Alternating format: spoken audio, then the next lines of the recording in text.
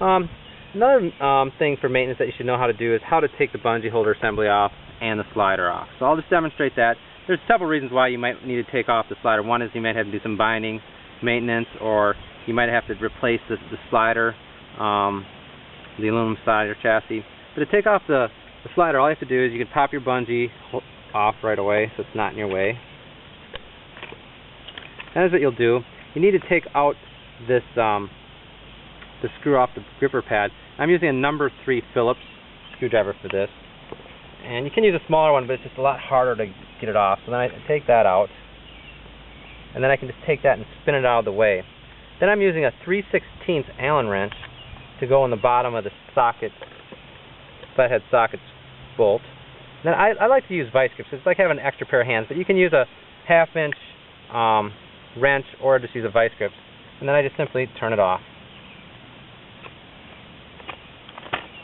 The nut comes off. And the other nice thing about a vice grip is that the nut doesn't fall on the ground when you're working on it. Now you just simply disassemble everything. This can be a little harder sometimes, so you may see how it's on there pretty tight. You may have to actually take your Allen wrench and completely unscrew it. And I see as I unscrew it, it's coming off. So that does help. Or you can just take this and hold it and spin it.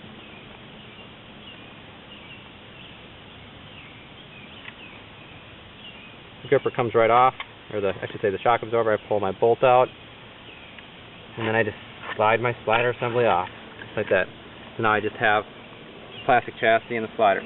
Now, let's just look at the chassis for a second. Sometimes what can happen, you're putting your binding on, these screws could strip out while you're doing it.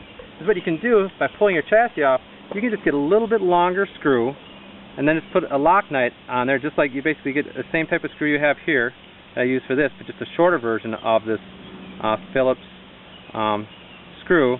And I just slip it in there, and then I just put a nut on there, just like I would here. And then that can actually hold your binding on. And sometimes to change wheels and stuff, it's much easier to take your chassis off. Now put your chassis back on. Simply slide it back on again, like this. Slide it on.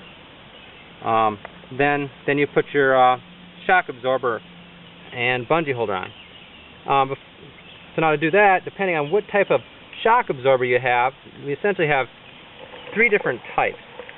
2 of them are just different materials, and then this one here is another shock absorber that absorbs the shock really well and is much quieter.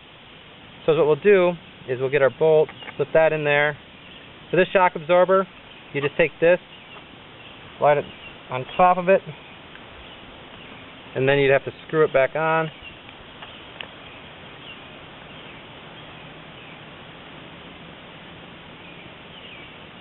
The reason why you have to screw this on is just a little bit tight on the urethane pad, and we do that so it doesn't rattle too much and it holds in place a little bit better. Screw that on like that. So now you can see there's my bungee, my shock absorber. I take my bungee holder, I want my slots pointing backwards. I slip that down. Now this is really important. You don't want to forget this, because if I were just to put my bolt on here, for one, it sticks out.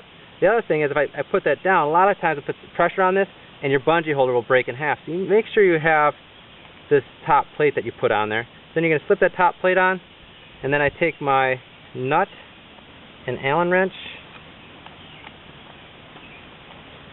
and I tighten it on. Now this can spin a little bit, so it'll get a little tricky when you're first starting. So try to get everything in the right position before you start. Nut started.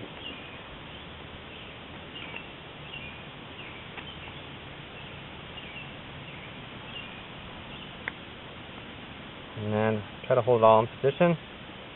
Tighten it up. Make sure you adjust it again. As you're tightening it, things get moved around a little bit. There you go.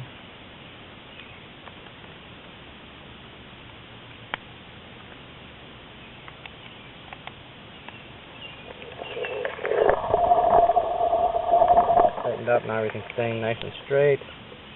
Now, you want this pretty snug, but sometimes you don't want it too snug, because then you can start breaking stuff. So you just want to snug it up so it can turn a little bit, like this, but not too much. And go ahead and take it like this, and then we take our bungee, slip it like this, And like that. And that. Put that around. Put your screw back in.